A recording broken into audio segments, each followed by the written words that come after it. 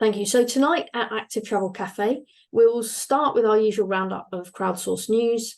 And then I'm delighted that we have our speaker tonight is Isabelle Clement, who has multiple titles to her name, but is the Director of Wheels for Wellbeing, also an MBE for her services, her charitable service, also a non-executive director of Active Travel England, and many other involved in many other organisations and groups, such as Beyond the Bicycle, which was an organisation matching cargo cyclists with parents who like to cycle. So Isabelle will be speaking later, but before we get to Isabelle, we're going to have our usual roundup of crowdsourced news, and this is where I open the floor to whoever would like to share something from their neck of the woods. It could be local, it could be national. One of the things we like about Active Travel Cafe is the kind of spread of people from around, particularly England and the UK. Does anyone have anything they'd like to share? Adam? There were two events recently in Bristol. One was called the Low Traffic Futures event, which Rob and Geffen kind of hold, or Project Geffen there from the Cycling UK holds. It's really, really good. It focuses on what's going forward in terms of local plans, all that type of stuff. So, and there's one event left, which I think is happening on the 25th of November in York. So if you're in that area and haven't attended one of these, it's worth it. It really is quite good. And then the other one I want to do is a shout out to the Bristol Cycle Campaign, which held a future transport conference and had the great speakers, keynote speakers, including Deputy Mayor Ghent turned up and spoke about how they got stuff done, and really was really phenomenal. There was so much to discuss there. It was really well done. But yeah, I just wanted to appreciate that. Yeah, the local group producing something amazing. That's it. Thanks, Adam. Glad you enjoyed it. Was that Ian who said that? Yeah, hi. Yeah, Ian, do you want to share any more, just how that went, where the idea came from, and what you were hoping to get out of it, and if you achieved it? Yeah, sure. Well, I think it's too early to necessarily conclude that we've achieved all our goals, but the original rationale was there's an election, a local election in Bristol next May, and we wanted to get mode shift and active travel on the agenda ahead of the manifesto issue from the various council and parties. And we thought the way to do that would be to get speakers from outside of our region to come in and talk inspirationally about what's happened in other places. So as Adam said, we had Philippe Watteau from Ghent. It was great and inspired a lot of things. We also had Mette Cobain from Hackney. We had Andy Salkal and Alex Romanko from Leicester talking about a case study of how officers and campaigners work together. And then during the day, we had a series of workshops looking at with specialists talking about Black, Asian, minority ethnic considerations and cycling and active travel, women and constraints and barriers to women participating. We had a workshop on disability issues in accessibility for those living with disability. So it was quite a varied day, and part of that was to raise the profile of Bristol Cycling Campaign. Perhaps we got a good number of councillors and from Bristol, but also from South Gloucestershire and along to the events, and lots of campaigners and some of the university lecturers and all sorts of things. We also had workshops on school streets, on e-scooters, amazingly, because e-scooters is such a big thing in Bristol now. And a real focus for us was about young people. So we also had the Bristol Youth Mayor and one of the youth councils speak about aspects of transport from a younger generation perspective, which I think it was a key theme for the day and informed the discussion quite a lot, actually. So yeah, as Adam said, it was great. We've got a lot of stuff that we've got to draw together now and use that to inform our manifesto asks ahead of the election for next year. And also a big shout out, it was co-funded by Cycling UK. Cycling UK chipped in an amount of money which was really helpful of them. So thank you very much. And they also ran a work stream in the course of the day as well, talking about campaigning. So wow, that sounds that sounds fantastic, Ian. And yeah, perhaps you could share your manifesto here when that's done. Was anyone at the London Cycle Campaign weekend or one day workshop? Was anyone at that before I bring in anyone else? Maybe not. No. Okay, let's go to others who've got their hands up. So Carolyn. Hello folks, lovely to see you all. I think I've got 3 things I wanted to mention. One is that we launched our new parklets campaign in London a few weeks ago, and we're seeking to recruit 4 community partners to work with in London to build parklets. So we've got a call out for expressions of interest at the moment. I'll pop the link in the chat. It would be great if people can share that in their local communities. The second thing is that, again, relating to parklets, we'll be having our first meeting of the London Parklets Network on the 14th of December, and that's for council officers in London and people that have created parklets. So it's really a forum for people to share learning around parklets and best practice. And I'm keen to sort of get the word out about that and have different boroughs represented there. And then the last thing is that as part of that project, we've got our parking assessment tool that I think you've heard about. I know Alice came and did a presentation about that previously, and some of you might have used the tool. We're now seeking to get all of those London boroughs assessed to create a map showing the state of parking policy in London, a bit like the Healthy Streets scorecard. And I'm looking to recruit a researcher who we want to pay to do those assessments between now and the end of December or early January. So I've come here to say, if anybody's interested in taking that work on, we can pay London living wage for that. 32 boroughs to assess. If perusing council parking policies is the kind of thing that floats your boat, then please get in touch. I'm about to go on leave until the 5th of December, but I'd really like to recruit somebody as soon as possible after I get back. And I'll pop my email in the chat for that and the links that I just mentioned as well. Thank you. I'd have thought that sort of research would be right up the street of some of the attendees here. Thanks, Carolyn. I hope so. Put those links in the chat. Right, we'll Thank go you. Roxanne, Becky, Jill, Tim, Morton, then Tim Wall. Thanks, Claire. I know we keep asking if Chris Boardman can come and speak to Active Travel Cafe. This isn't that, but he is doing a talk in Cambridge in a few weeks, and it will also be streamed on Zoom. I believe it's the 6th of December. I'll double check. Anyway, I'll put the link in the chat, and of course I will be there, and I will try and see if I can get him to come and talk to us. But anyway, cross promotion, but I'm sure our participants will be keen. Thanks, Roxanne. Becky. I don't know if there's anyone from the Isle of Wight here, but I wanted to mention the Levelling Up funding that was announced yesterday, because the Isle of Wight's been given £13.5 million for a green link going east-west. And it's one of the few places in England that's got any, in the south of England that's got any money. So there might be other projects of use anywhere else. But anyway, amazing for the Isle of Wight to get that much, quite a rarity down south. That's all. Thanks. Thanks, Becky. Jill. Hiya, thank you. Really, it's just something I put in the chat last week. We had a lady in Stevenage who she went and asked our council about lighting through a park.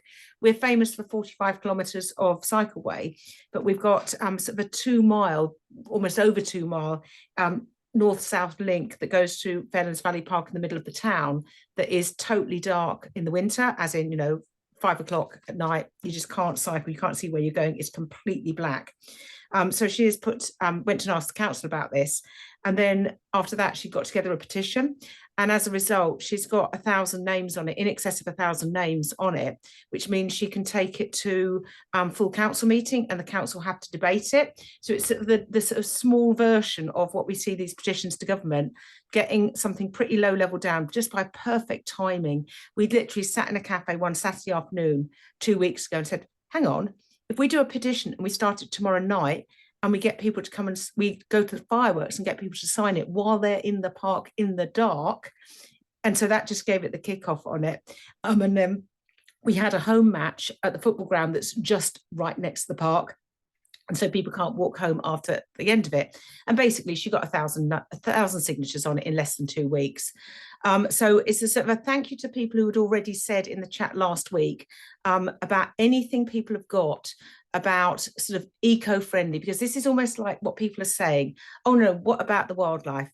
And we sort of politely point out to them that like there's light pollution, floodlights flooding into the woods on the other side.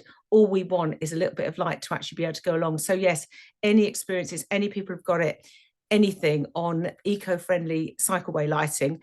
Lincoln, who were playing Stevenage last Saturday, just out of interest, we searched, we found out that in Lincoln, don't know whether there's anyone here from Lincoln, have just announced a new cycleway with appropriate lighting on through, I think they were calling it Central Park. So we're sort of going to get in touch with Lincoln generally, but yes, anybody who's got anything would really appreciate any help on this, so it doesn't get thrown out for the sake of a little bit of wildlife when we just want to be able to cycle through the dark.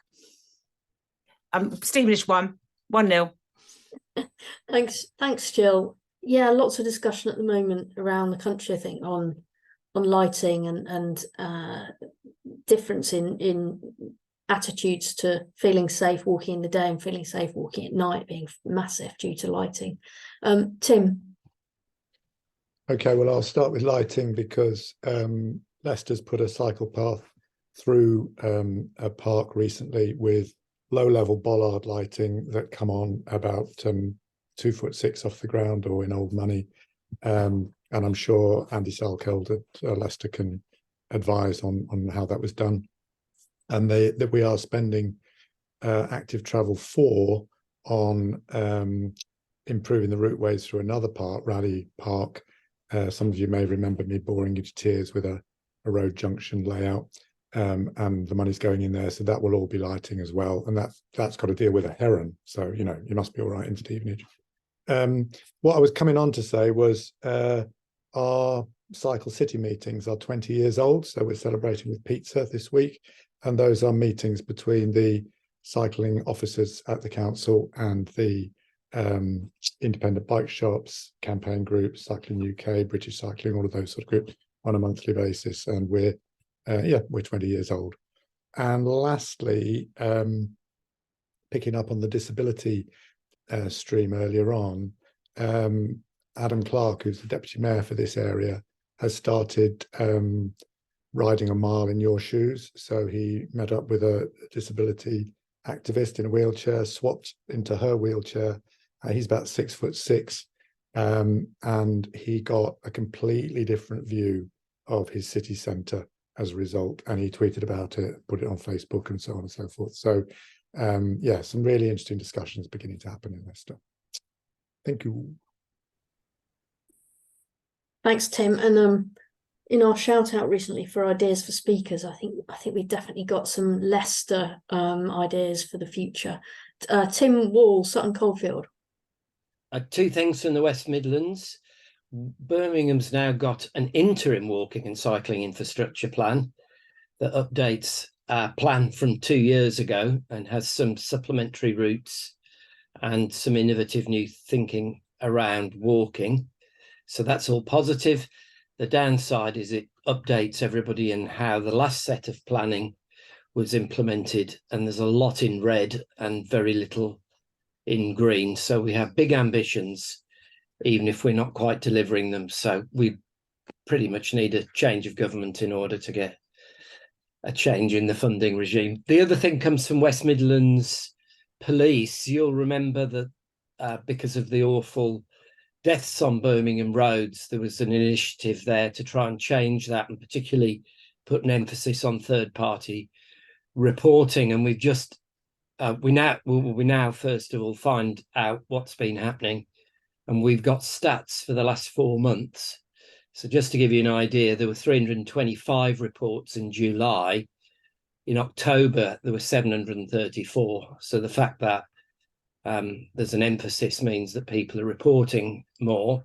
But what they describe as the positive outcome rate, which means the police take action on any report given, has gone up from 4% in July to 81% in October.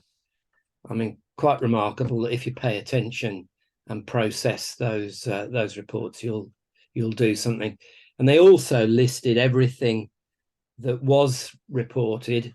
Cyclists were the biggest group, but not far ahead of drivers, and actually pedestrians have a huge number of reports as well. So we're hoping.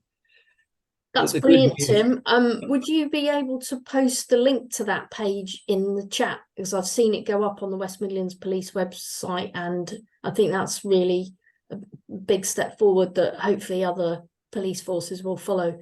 Let's keep moving through the speakers. Thanks for that, Tim. We've got Ailey. Ailey, don't worry, it's Ailey. I didn't get my hand up quick enough to say that I was at the LCC summit on Saturday, which was very well attended. There must have been well over 100 people there, and we had cycling royalty there. We had Carla Frankham, we had Leo Murray from Possible, we had Cycling Mikey was there, we'd Harry from Manchester, we'd Ranty, our very own Ranty, and we'd a fabulous day.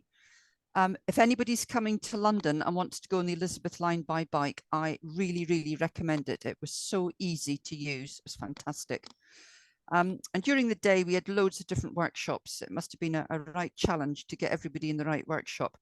And that was everything from how to get started in campaigning to the differences and the challenges for the outer London boroughs, how we could grow our groups, how we could use emotion and psychology to get change, how to deal with councils who've got the wobbles. So there were loads of different workshops, and it was a really good day under our new CEO, young Tom Fyans. So quick update on that. It was a really good day. Thank you. Thanks, Hayley. Yeah, and if there's any links to any of that, do put them in the chat. And yes, we have got the recording of last week's session where Tom came on and talked about his priorities in that new role. That's up on our website now as well. Right, let's have Adam as our last news contributor, and then we'll. Yeah, this is just a quick one on Active Travel Fund 5, which I know somebody mentioned ATF 4. It's not happening in the way that it would do. It is basically going to be a retrospective looking at all of the bids that were submitted from ATF 2 through 4, and those that were rejected. I think they're trying, Active Travel England are trying to revisit them and see if they can be improved and then delivered through ATF 5. So that's what's happening there. So if you know of any rejected schemes in your area that and you should be kind of lobbying your council to say, hey, what you're doing with these, which ones are the high priority ones. That's it. That's all.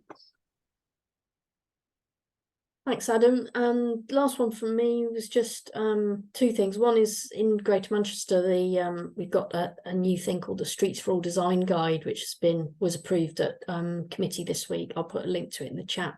But in terms of this point about how do we make sure that all placemaking schemes kind of deliver for active travel, the Streets for All Design Guide in Greater Manchester is one of the ways that Greater Manchester's hoping to do that. So it's worth a look. And also just hasn't happened yet, so let's see what happens with the autumn statement and what happens to fuel duty this week. That'll be very interesting.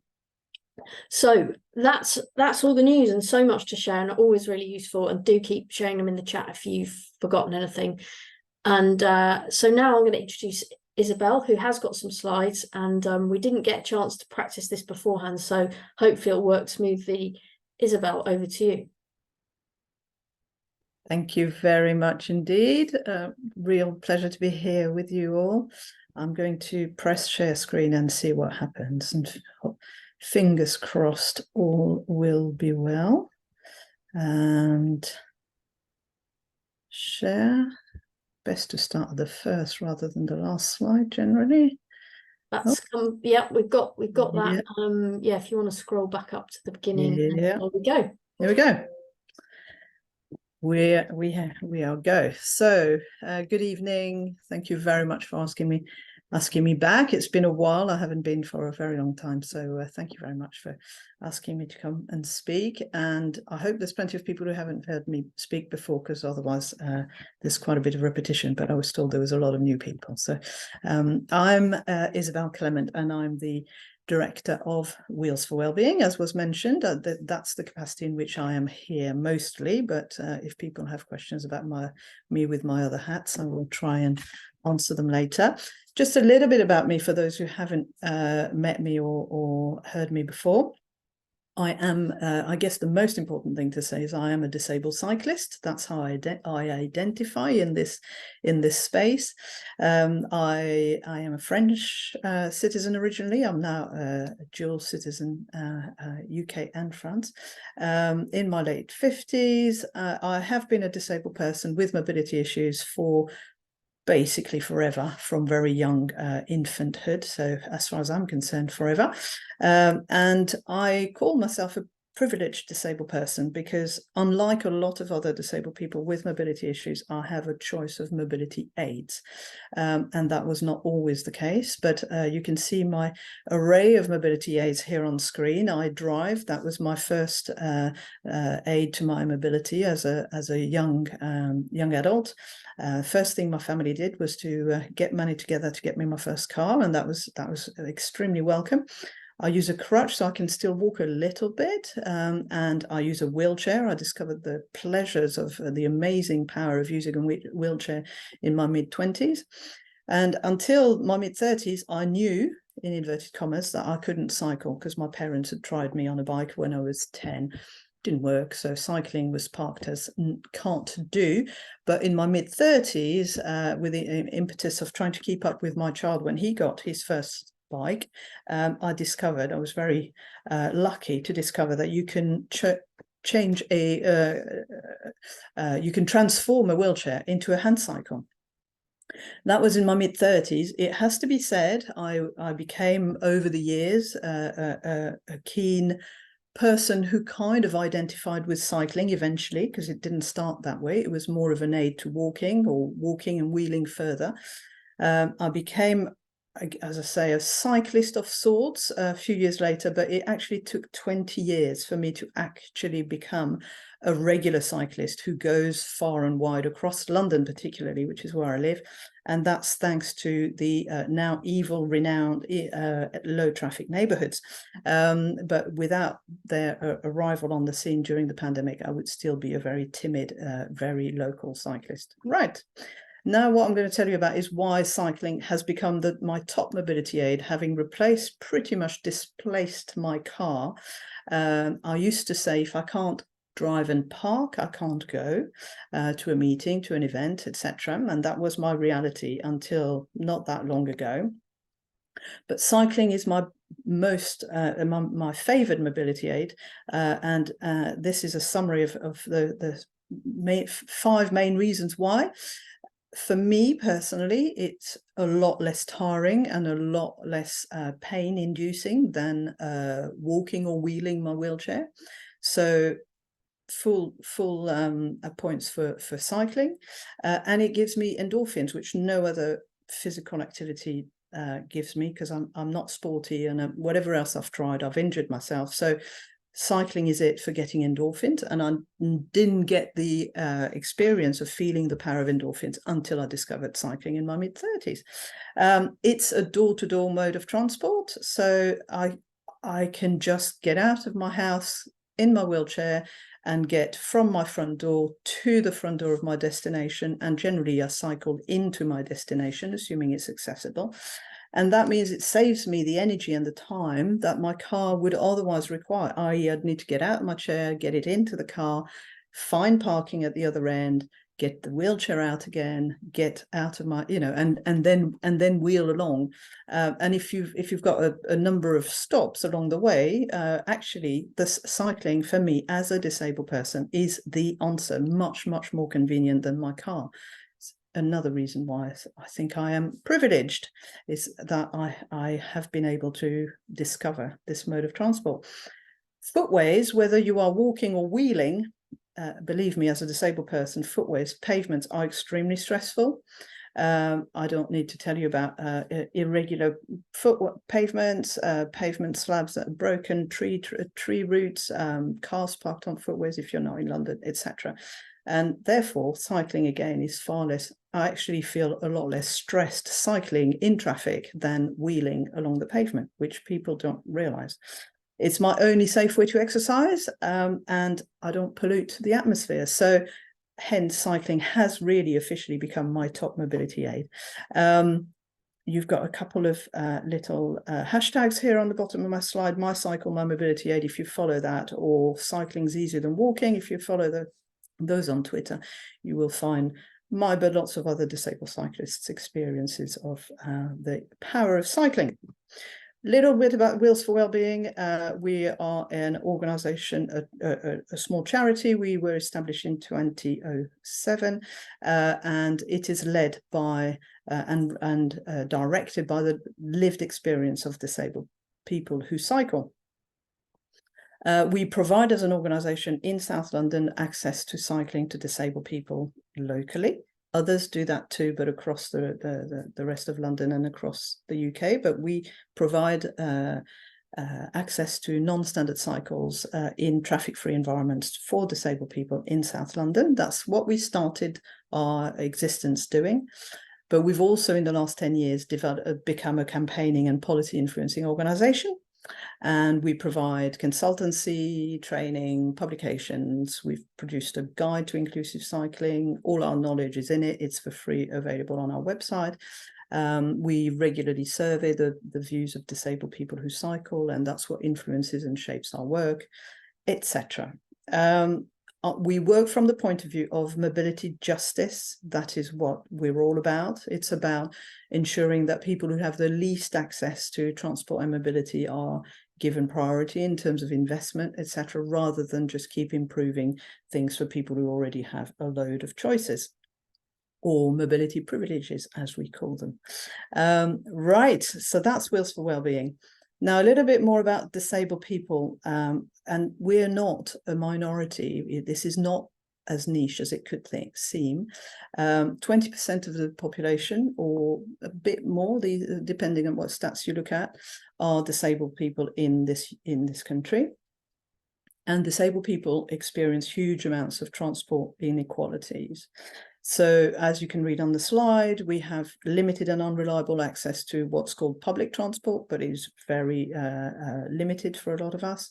Fewer than 40% of UK stations are inaccessible, so we can't join up our journeys between buses and trains, or cycling and trains, or wheeling and trains. Now, for me, this is the killer stats. 90% of mobility impaired disabled people do not have a suitable mobility aid to complete a 1 kilometre journey. That's less than half a mile. 90% of mobility impaired disabled people do not have a suitable mobility aid to complete less than half a mile. So that is, you know, most people in the population just put a pair of shoes on and just get on with it. If you are a mobility impaired disabled people in this country, it's very likely you cannot just get out of doors and get around your local area. That's why I said I was a privileged disabled person. I do not represent the majority of disabled people. Only 56% of disabled people feel welcome in their local community. And disabled people have significantly lower car and driving license ownership, though many disabled people with mobility impairments rely on their cars. There are also plenty of disabled people who do not have access to a car and do not have a driver's license. So as a result of these killer stats, disabled people make nearly 40% fewer journeys than non-disabled people. That's why Wheels for Wellbeing is pretty passionate about pushing mobility justice, and we are particularly pushing for increased access to active travel, cycling in particular. Cycling is the solution, of course it is. It provides transport and mobility. I mean, obviously I'm preaching to the converted here. It provides social and leisure participation. It's zero or low carbon. It improves mental and physical health and well-being. and it can be it can help people access education and employment. So why wouldn't we fight for more disabled people to realize they can cycle? Couple of quotes here, unless for those who might not be able to read them, I shall read them out. Being a disabled person who can get out and cycle has been a lifesaver for me. When cycling, I feel less disabled. It is the best treatment for my mental health. This is somebody who took our survey back in 2021 who said this. Somebody else said, I've had MS for 30 years. And I've got my slide is obscured. Here we go. And I wish I had realized earlier that I could cycle much better than I could walk. So many disabled people do not know they could cycle, or if they do not have the ability to actually get on with it. Why? Because we experience barriers to cycling. Everybody experiences barriers to cycling, right? Because otherwise the whole of the population of the UK would be out there cycling. But for disabled people, it's particularly stark in terms of the kinds of barriers that people experience. So the higher the and this is resulting from our survey of 2022. But remember, it's a survey of disabled people who cycle. So this is people who are already cycling who say the highest barrier to cycling is infrastructure. So to cycling or to cycling more, if infrastructure was accessible, plenty disabled people who are already cycling would cycle a lot more. And they know that what stopped them originally was infrastructure. Top barrier to cycling. Second, kind of equal, and second and third are lack of ability of safe and accessible parking and storage of cycles. And hand in hand with that, the cost of non-standard cycles, which is often absolutely ridiculously high. And of course, if you can't safely store it at home, you're not going to even invest, even if you could afford it. So those are the main barriers to cycling, and there's a few others. Some disabled people experience abuse whilst cycling, like a lot of cyclists in general, of course, but also disability hate crime whilst on a cycle, particularly on a bicycle. A lot of disabled people cycle bicycles, makes them invisibly disabled, and but if they use their cycle as a mobility aid and therefore use it in pedestrian environments, for example, they get a lot of abuse. And you can't just hire a non-standard cycle if you need one, etc. I'm not going to go through a lot of detail, but you know what the barriers to the infrastructure barriers are to cycling, but particularly if you're riding a wider, longer, heavier cycle that you can't just bang on top of your, put over your shoulder and take up some steps or whatever, or get over a stile or all that sort of stuff. Somebody from our survey said barriers on cycle routes are sometimes extremely difficult for tandems to pass. The rear handlebars sometimes have to be turned, the whole bike lifted to fit around closely spaced barriers. We got shouted at by motorists for being too long. How dare they? Parking and storage, again, mostly provided for bicycles, sometimes up some steps or down some steps with a lovely little channel, which if you ride a three-wheeler, you cannot use, or if you don't have the strength to hold it up or down those steps, even with a channel, you cannot use. And when your cycle can cost upwards of 5K, 8K, you're not going to leave it on the street, are you? So there needs to be more secure locking places for non-standard cycles to prevent theft. I'm just going to talk a little bit about walking and wheeling. We have we are encouraging everybody who talks about walking to, in the same breath, talk about wheeling, please, please, please. Because if you don't name wheeling as a thing, as the accessible part of the walking debate, then people really assume that we're talking about people on 2 feet. And if we don't actually actively name people who are wheelers, we are actually often, just like with cycling, assuming we are providing for able-bodied, non-disabled people on 2 feet and pretty sturdy feet as well. So I've got on the picture on the slide, I hope you can see on the top right, a disabled person who you might not think about when you think about walking, and that's Amy Kavanagh, also known as at Blonde Historian on Twitter. A formidable woman who has become a young mother, blind woman, and this is she's there striding quite happily through a shopping centre, and demonstrates very clearly the widths that we should be providing for when thinking about providing for walking and wheeling. So she is helped by her guide dog, and she goes around, taking her child around the streets of, I think it's London she lives in, just like any other young mother. But look at the width that is needed to be provided for her to be able to do that independently and safely. So when we're talking about disabled people and active travel, we need to think about people on wheels. We need to think about visually impaired people, and all of us can then be part, if we plan according to the needs of wheelers and visually impaired walkers, etc. We are planning for everyone, and we are being inclusive. So what that means is we need wide pavements. We are absolute minimum of 2 meters wide. We rarely get that. We need really smooth, grippy surfaces. That's for the wheelers amongst us.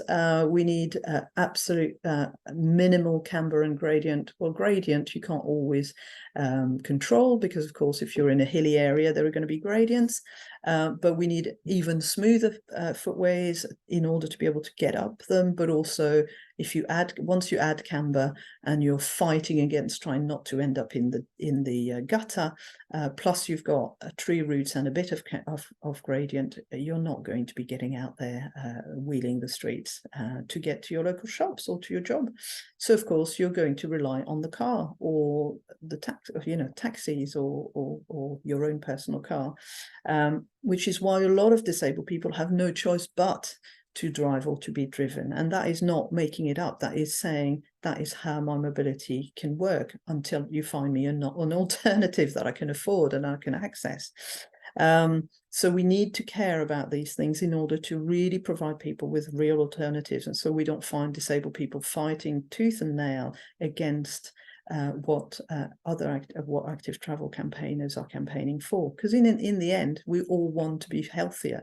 But if we can't wheel or walk down just round the corner to be picked up, we're going to fight against a low traffic neighbourhood that stops us being picked up from outside our door.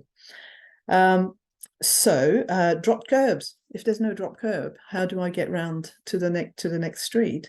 Tactile demarcations. Personally, I hate them because I'm a wheeler and I like smooth surfaces. But for Amy and her guide dog or others with white canes, there absolutely is a need for tactile demarcation on footways. We all need to be thinking about that. We need to remove street clutter. We don't want EV chargers on the footway, reducing the width of the footway, the little that we have. We want them on the carriageway. We don't want, obviously, pavement parking. We need a lot of blue badge parking. I would always advocate for more blue badge parking rather than less. We need less parking in general, but let's make a bit more availability of blue badge parking for those who do need it. And we need streets and pavements maintained. So that's my little pitch about wheeling and walking, because every journey starts on the footway. And if disabled people cannot walk or wheel at least a small distance to the bus, to the local shops, etc., they will fight tooth and nail to need to be picked up by car or to drive. So making our streets accessible. I am getting to the end of this. Sorry, this is probably way more than 10 minutes, I'm sure. But we need cycling infrastructure. So our streets being accessible for me means cycling infrastructure being accessible. And we've got LTN 120. We've got standards here. They're actually guidance, but they're pretty good. They're not perfect, but the guidance in LTN 120, if that could be the bottom, the minimum used by designers, that would do. That would be a lot of a huge improvement. It wouldn't be perfect, but it would be great. Pavement accessibility, which I've just described, which means better design, much more enforcement, and absolutely hugely more maintenance of the quality of the footway. We need funding for the actual access to the kit, to the cycles and other mobility aids for disabled people, so disabled people can have access to active travel. We need accessible public transport, which includes not only getting on the bus, but getting in and out of the station, getting along the pavement to the station, etc. Parks and green spaces, we absolutely need to be able to get into them in order to have our mental health and emotional well-being improved. That means removing access barriers into parks and green spaces. There's a lot of awareness raising to be done for everyone, policymakers, planners, designers, etc., health professionals. We need obviously less driver hostility and less public harassment, so everybody feels comfortable walking and wheeling and cycling out there. I am again preaching to the converted. And let's hear the voices of many more disabled people. And when I say to people who use consultants out there, pay your disabled community as well to come and give you their time. Do not expect people to do this for free. Another one of our survey respondents said, as with everything in my life, my cycling is controlled by people who do not have a disability until such time as people with disabilities gain positions of power to influence infrastructure, financial support, etc. This will never change. Well, that's why I'm here and others too. There's a whole, you'll get these slides, there's a whole load of useful references at the end of my presentation.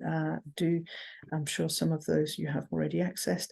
At the very last line in the references, there is a link to our website where we have a whole load of new guidance sheets about small aspects of accessibility and cycling and all active travel.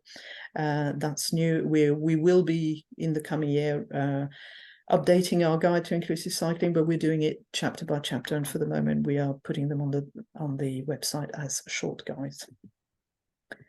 That's me done. Sorry, I've overrun. No, Isabelle, that's absolutely brilliant and so comprehensive and just what we needed. And I don't think you overran at all. So I've got lots of questions here, so I will go through them. But first, just a sort of general one from me, which is, you know, when you put it all out like this, it's so overwhelmingly obvious. And I assume that, you know, as you say, perhaps this group is perhaps already on side with this. A lot of people you present to perhaps aren't, but once you do this, see the light. And I'm just wondering, assuming that's the case, what are the main blockers, do you think, to those other organizations then just making this, fixing it? Is it that what do you perceive as the thing that's stopping this happening? I think the word overwhelming is quite a good one. In a way, people could think, oh my God, we'll never fix this. This is too big a problem. My reply is it truly is not. It's truly should be the top priority. So if I put my Active Travel England hat on, we have a target of 50% of journeys being in urban journeys being done actively. We will not reach 50% of journeys if we do not have accessible and streets for all. Once we turn it on its head and actually start by looking at our streets from the point of view of those who are the most excluded from them, we will make them incredibly pleasant for everyone, and the general population will be wanting to ditch the car, not necessarily ditch it, leave it at home a few more, many more times than they have done in the past. But at the moment, what disabled people are experiencing as terminal barriers to active travel are inconveniences and just daily niggles that make people don't even realize how unpleasant our streets are. They just get on with them. They get on with it if they have to, if they have no other choice, but they do it, but actually it's not pleasant. So as soon as you have another choice, you don't use active travel unless you're, you know, one of us lot here who are really passionate about it. So we need, I think, in fact, you know, being a bit big-headed, but I think we are presenting the answer. You know, from by listening to disabled people more and more, people are getting it, and I really feel they are. And so I think obviously now it's resources, it's investment, etc., etc. But we need to continue to push more disabled people to reveal their daily truth, which nobody else had realised. I think. Yeah, and thank you for doing that for us tonight. I'll pick up a couple of the questions. So one that perhaps touches on that point, which is about, it comes up a lot, but question here: we've had a new chicane barrier installed by our council, part of a national cycle route. The excuse is combating antisocial behaviour. They seem impervious to our arguments. Is there any actual evidence to support the argument that this is not an appropriate solution? And you know, can you give any advice on this? Comes up a lot.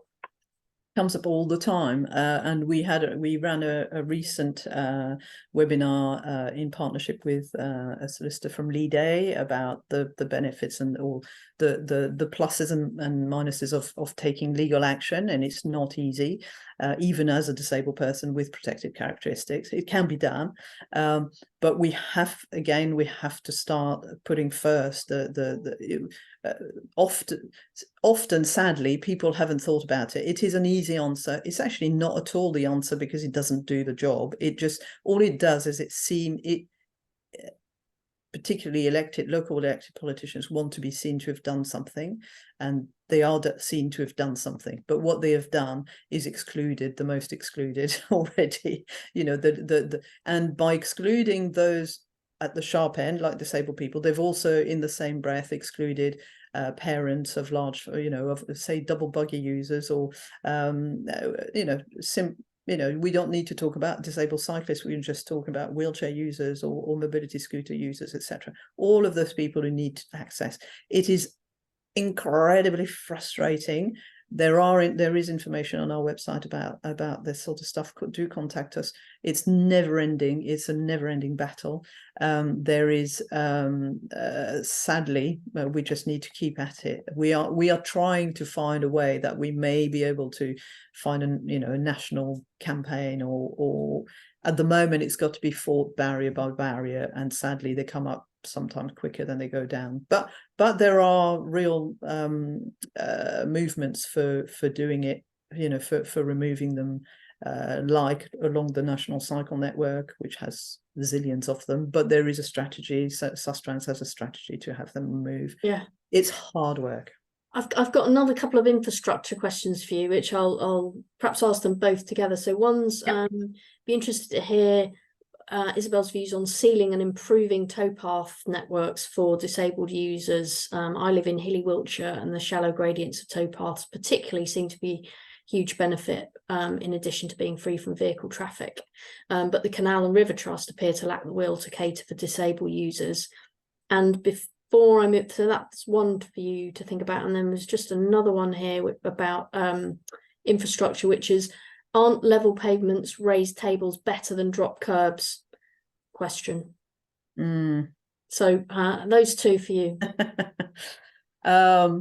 So towpaths, we are just starting to talk to Canal and River Trusts, which is great, big step forward, and they are in the process of bringing up a new strategy for towpaths, and we've just very recently started a conversation, and they've come back a little bit from some of the stuff they were about to say in their new strategy, and they're not going to have solved it by the time they launch it, but it's starting to be on their radar.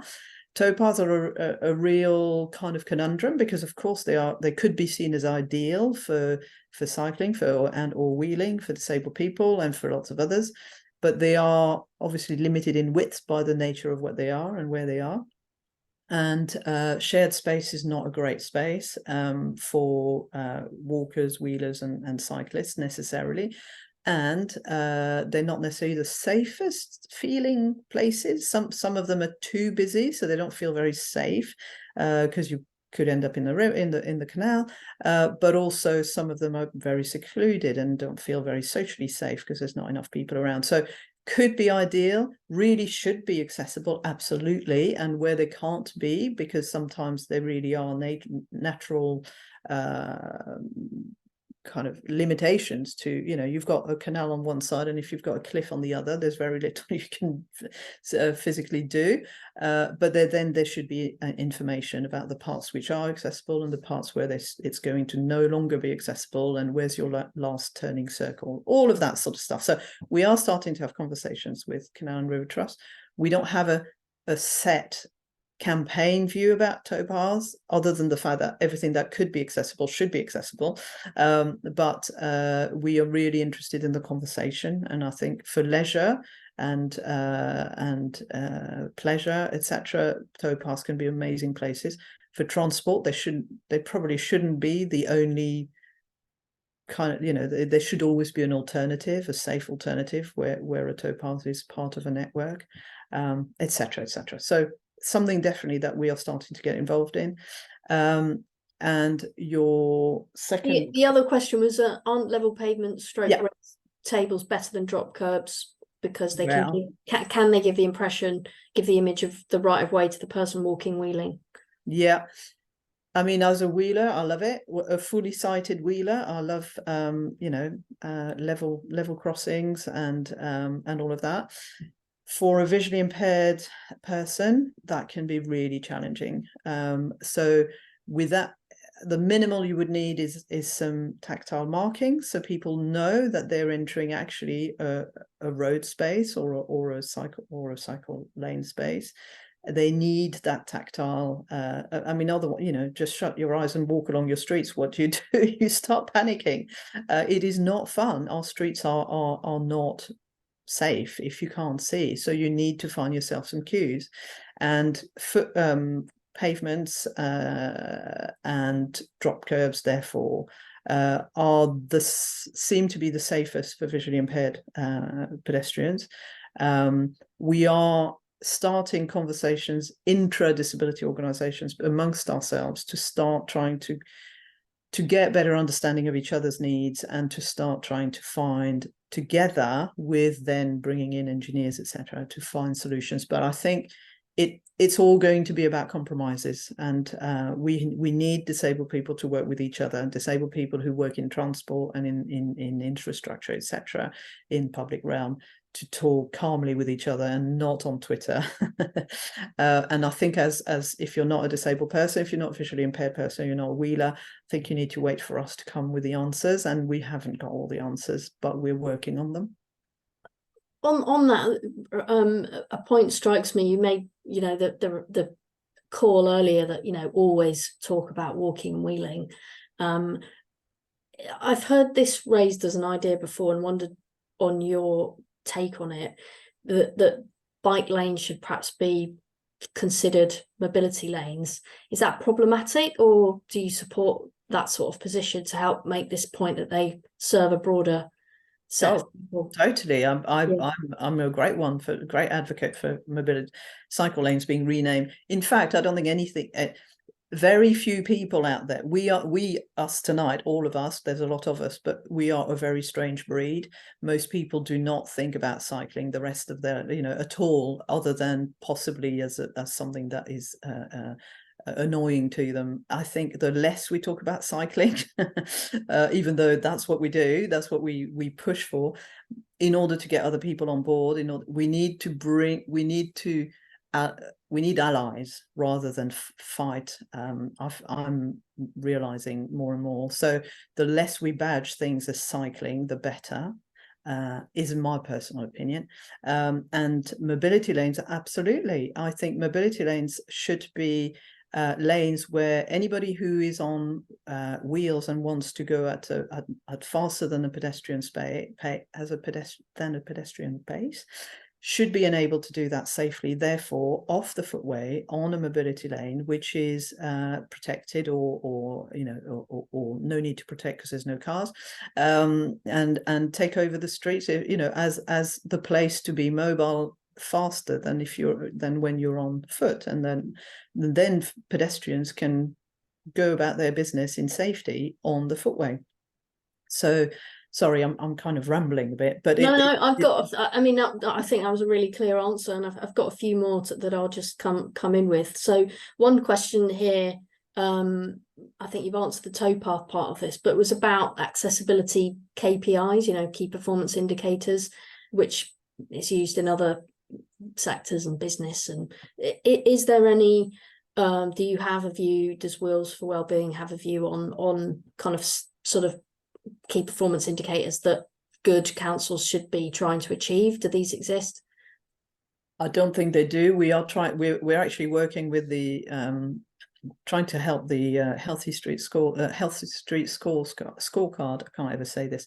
To develop an accessibility matrix, and in actual fact, we're really failing at the moment. But we're trying. We are working at it. It's got to be partly one of my last slides. It's all of those things. It's we should. I mean, I think now, even though we're a cycling organisation, I now think footways are more important. Again, back to for the majority rather than the minority, and because every journey starts on the footway, there should be footway accessibility KPIs, and they should be the very top of the agenda. That's smooth surfaces, minimum widths, absolute 100% drop curbs.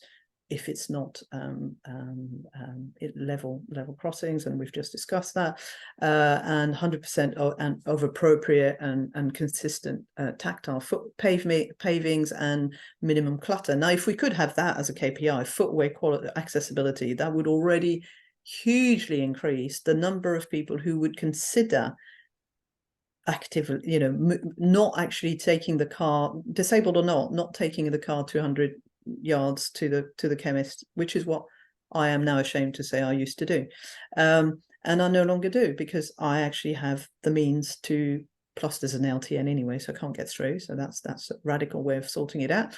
I could still go through. I could go a very long way around it. The day I absolutely need to, I will do that. But now generally I just wheel to the chemist.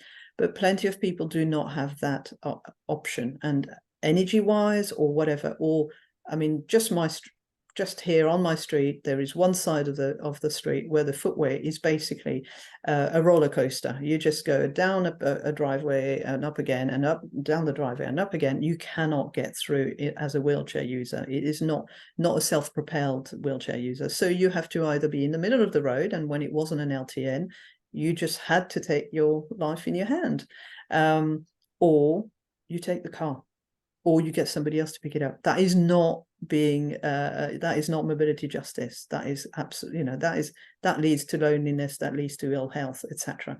So footway accessibility would be on top of my agenda, and then after that, the definitely accessible cycle facilities in terms of mobility lanes and cycling lanes, etc.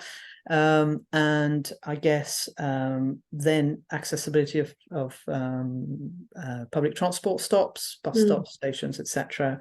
And good provision of blue badge parking. That's it. I've done it. Here's a set of KPIs. Yeah, I think that was it. Footway accessibility, public transport. I'm glad you've recorded it. I'll play it back to myself and write it. Yeah, and on a this is slightly more not sensitive, but I just want to make sure I phrase this right. But what can happen? You mentioned Twitter before. Polarized debates happening, and I think it's probably fair to say most of the people on this call are non-disabled. What can happen in these debates is people sort of use or can cite disabled people. So one set of people will say, oh, you can't introduce these measures, what about disabled people who need to drive? And as you've just articulated tonight, actually a lot of disabled people can't drive, although as you just said, we also need more blue badge parking. But on the other hand, those of us who support active travel, I expect that those people can perhaps get that wrong sometimes too, and cite disabled people in their as evidence for their argument or whatever. Can I ask you to just give us some advice on that? How do we not do that? And what would disabled people like to happen? Or what would you like to happen? And the advice you can give non-disabled people on this call? Sure, thank you for asking. I mean, it is generally, I would always say point to what disabled people are saying, not say it on their behalf, as a rule of thumb. So, you know, Blonde Historian, myself, there are lots of active disabled people on Twitter on Twitter and other social media who share their lived experience. And I have to listen to Blonde Historian to learn about what it is to be a visually impaired person. There's plenty of others, by the way. She's not the only one on social media.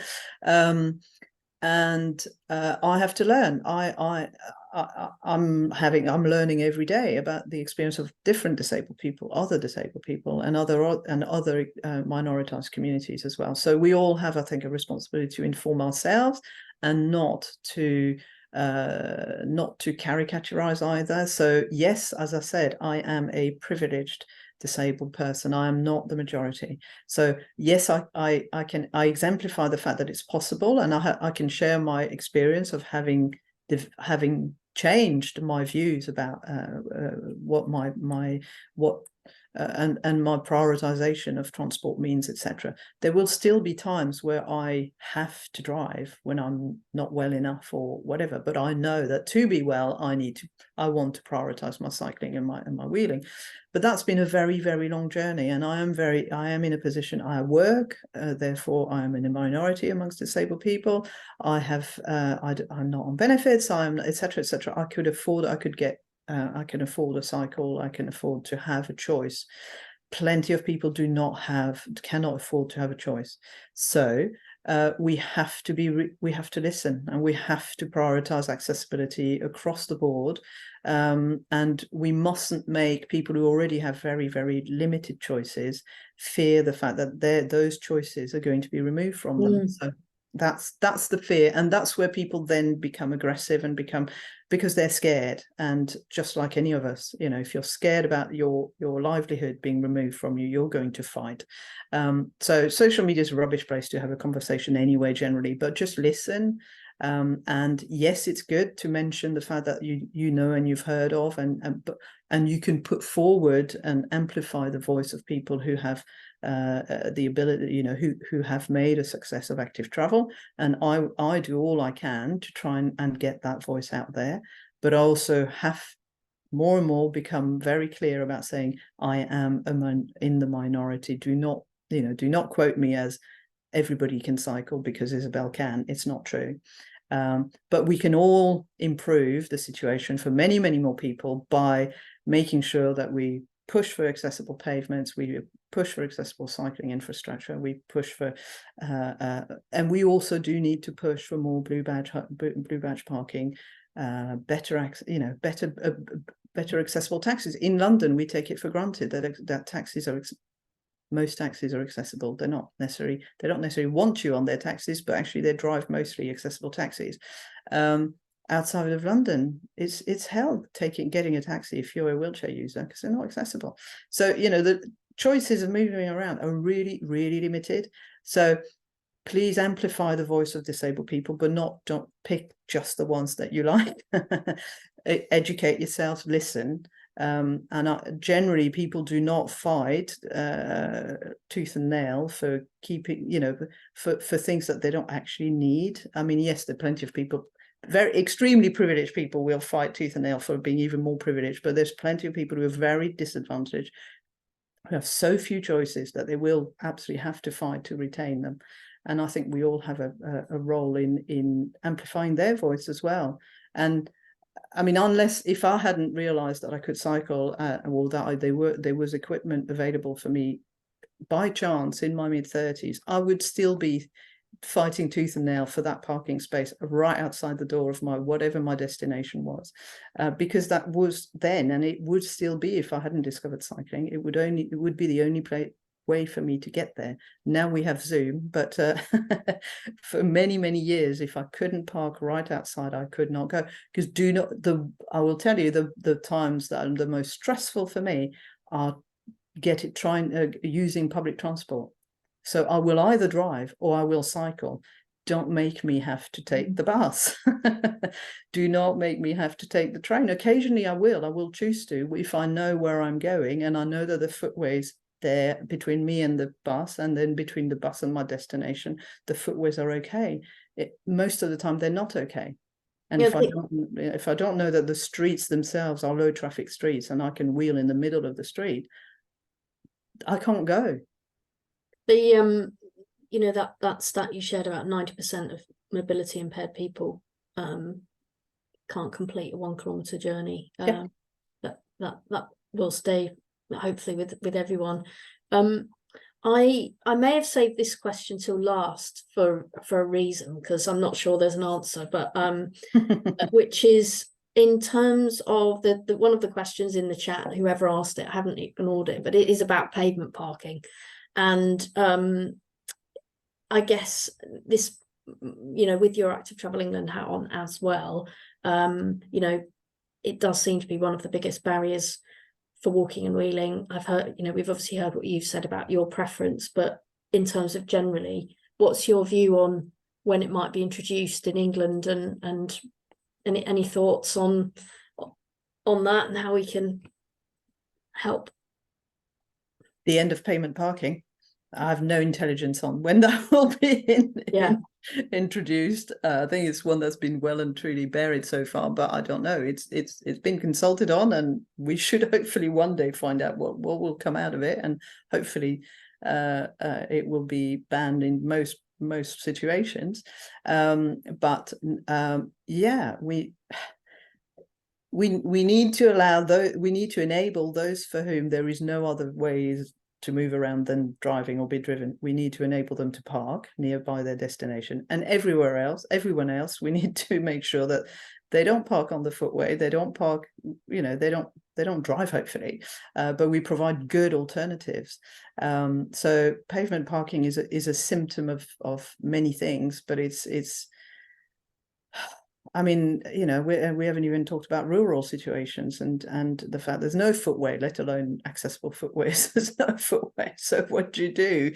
So, you know, and then it's really, and those are places that are really scary to cycle in. So the car remains, sadly, a big enabler of mobility for a lot of people. But we have to find the ways that people can park away from tiny footways and which they break up and block, etc. But I don't know when that will be resolved as a policy, when a policy decision would be made. I have no idea, sadly. Oh, well, we can't expect to solve everything in one Zoom session, Isabelle. So I think, thank you so much for coming on. Really great to hear. The presentations was great, but you know, your openness and clarity in sharing your perspective and that of the organisation that you represent. So thanks for